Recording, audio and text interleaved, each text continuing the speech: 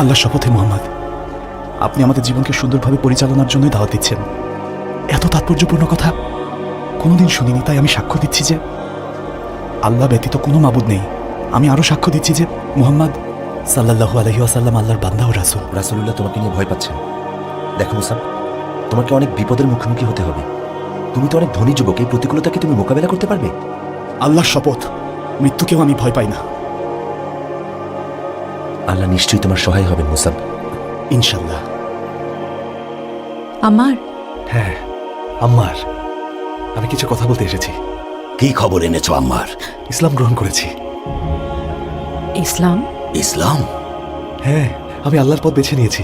আব্দুল্লাহর পুত্র মোহাম্মদের দেখানো পথে এসেছি। আশহাদু আল্লা ইলাহা ইল্লাল্লাহ ওয়া আশহাদু আন্না মুহাম্মাদান রাসূলুল্লাহ। এটাই একমাত্র সত্য। কিন্তু বাবা, আমরা তো মক্কায় একেবারে অপরিচিত, কোনো মতে জীবনযাপন করছি। আমাদের রুটি রুজির জন্য প্রত্যেকদিন লড়াই করতে হচ্ছে। তোমার কি মনে হয় মাকসুম গোত্রের কথা জানলে আমাদের শান্তিমতো বাঁচতে দেবে? আমি মাকজুম গোত্রকে মানি না, আর না মক্কার মানুষদের। আমি শুধু চাই আল্লাহ যেন আমাকে জাহান্নাম থেকে বাঁচান। আমি তোমাদের দুজনকেও এই কথা বলবো যে তোমরা দুজনও আল্লাহর ধর্মে বিশ্বাস করো, কারণ একমাত্র আল্লাহই জাহান্নাম থেকে বাঁচাতে পারে। এটা বিশ্বাস করলে কি পাবো? জান্নাত। আল্লাহর পথে এলে জান্নাত পাবে। আমরা তোমাকে একা ছাড়বো না বাবা। কুরাইশে হাসিম বংশের মুহাম্মাদের মতো মানুষ আমি আর দেখিনি। তাহলে আমার সাথে বলো, আশহাদু আল্লা ইলাহা ইল্লাল্লাহ আশহাদু আল্লা ইলাহা ইল্লাল্লাহ ওয়া আশহাদু আন্না মুহাম্মাদান রাসূলুল্লাহ। ওয়া আশহাদু আন্না মুহাম্মাদান রাসূলুল্লাহ।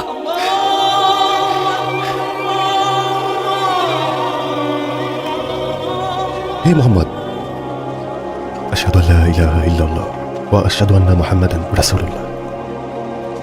আপনি কাঁদছেন সাইদ? আমি বাবার জন্য কাঁদছি, যায়েদ ইবনে আমর, যিনি কুরাইশদের মূর্তি আর তাদের নিয়ম নীতির বিরোধিতা করেছিলেন।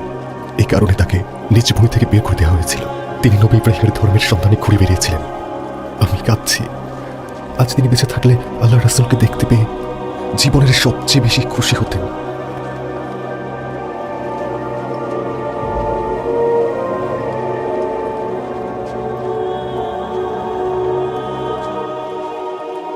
আল্লাহ আপনার ঈমান আরো দৃঢ় করে দিক।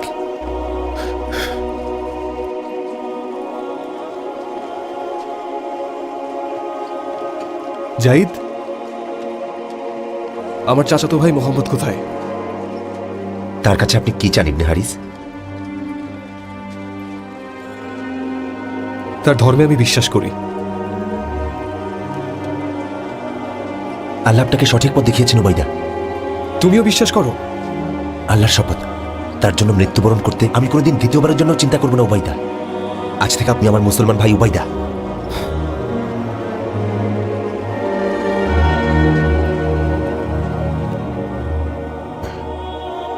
আমি এখানে সেই দাওয়াতি দিতে এসেছি যা আমার ভাই আলী দিতে এসেছিল। বলো বাবা জাফর, আমি শুনছি তোমার কথা। ইসলামের দাওয়াত। আমি সাক্ষ্য দিচ্ছি আল্লাহ ছাড়া কোনো মাবুদ নেই, মুহাম্মদ আল্লাহর প্রেরিত বান্দা ও রাসূল। শোনো বাবা, তোমার পিতাকে না জানিয়ে আমি কোনো সিদ্ধান্ত নিতে পারবো না। তাহলে তাকে বলুন না, বলুন। মনে হয় না আবু তালেব আল্লাহর পথে আসতে বাধা দেবেন? ঠিক আছে, আমি রাজি বাবা, আমি গ্রহণ করবো ইনশাল্লাহ। তোমার চাচাতো ভাই মুহাম্মদ সত্যের ধর্ম নিয়ে এসেছে। আমি তাকে নিজের সন্তানের মতো বড় করেছি। মুহাম্মদের মতো মানুষ আমি আর কখনো দেখিনি।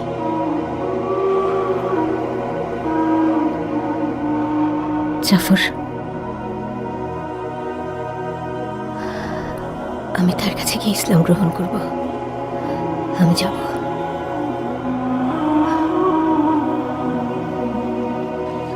তুমি সবসময় খুব চমৎকার কবিতা লেখো। তোমার কবিতা আমি খুব পছন্দ করি সাফিয়া। এখানে এসে খুব ভালো করেছো। ভাতিজা কিন্তু ভেতরে আছে, তুমি তো তাকে মায়ের মতো করে বড় করেছো। আলী, খাদিজা আর মুহাম্মদকে গিয়ে বলো আমরা দেখা করতে এসেছি। ভেতরে আসুন, আপনারা দুজনেই তো মুহাম্মাদের হৃদয়ের খুব কাছের মানুষ।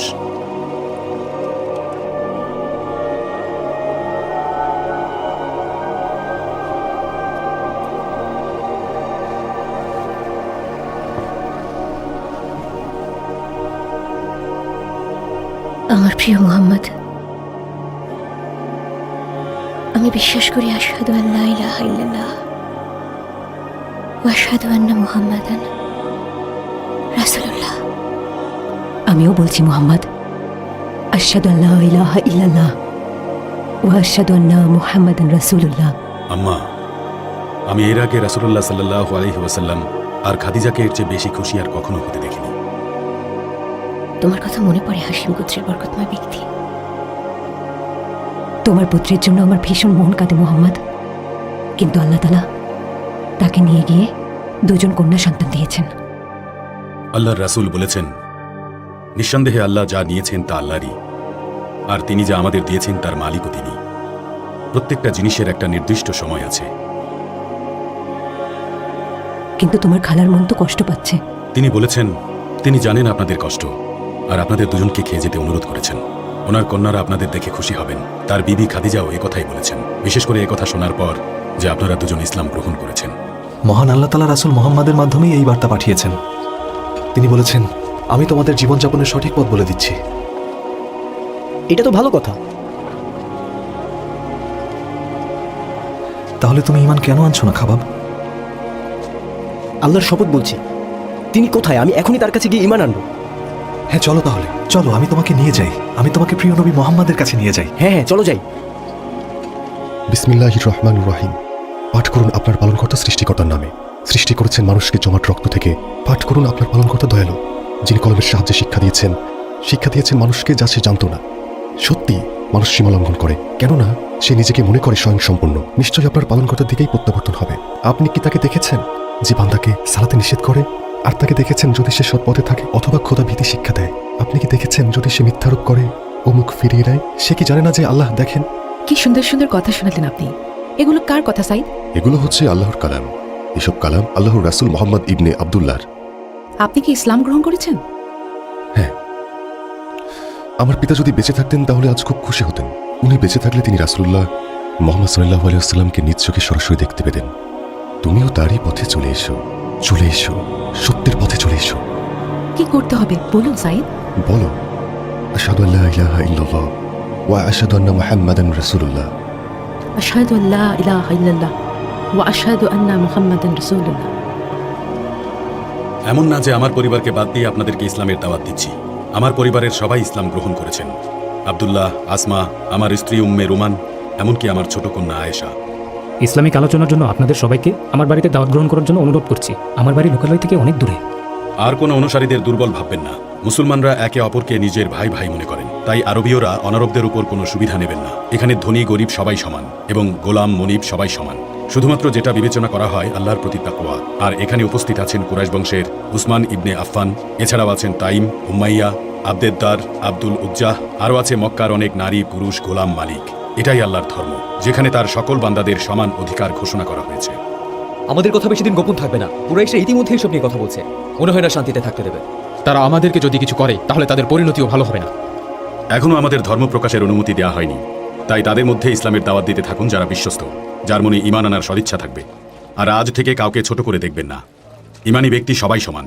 আমি তো শুধু দোয়া করছি এখানকার সকল দাসদাসীরাও যেন ইসলামের পথে চলে আসেন। আপনারা কি আমার দাওয়াত কবুল করেছেন? আমি আল্লাহর রাসূলকে গিয়ে একথা জানাবো। ওই যে আবুল হাকাম আসছেন, আপনারা তো জানেন ওর মুখটা কতটা জঘন্য। চলুন যাই, আসুন আসুন। এই যে মক্কার যুবকেরা, হ্যাঁ তোমাদের বলছি, কি করছিলে তোমরা এখানে? একটু আগে তোমরা সবাই একত্রিত হয়ে ফিসফিস করে একে অপরকে কি যেন বলা বলি করছিলে, আর আমাকে দেখে এখান থেকে চলে যাচ্ছ, ব্যাপারটা কি? আমি আবুল হাকাম, মাকজুম গোত্রের প্রধান। বলুন তো ওয়ালিদ ইবনে মুগিরার কি হবে তাহলে? কুরাইশের শক্তিমান হিশাম পুত্র আবুল হাকাম। তুমি কি আমার সাথে আমার চাচার সমস্যা তৈরি করতে চাও? হ্যাঁ, ইবনে আবি ওয়াক্কাস। না, কিন্তু আপনি তো এসে বললেন যে আপনি মাকজুম গোত্রের প্রধান, কিন্তু কুরাইশরা তো ওয়ালিদকে প্রধান মানে। এসব নিয়ে কথা বলতে আসিনি, অন্য একটা বিষয় নিয়ে খুব চিন্তার মধ্যে আছি। সেটা কি আবুল হাকাম? তোমরা ঠিক কি কারণে মক্কা থেকে এত দূরে এসে মিলিত হয়েছিল?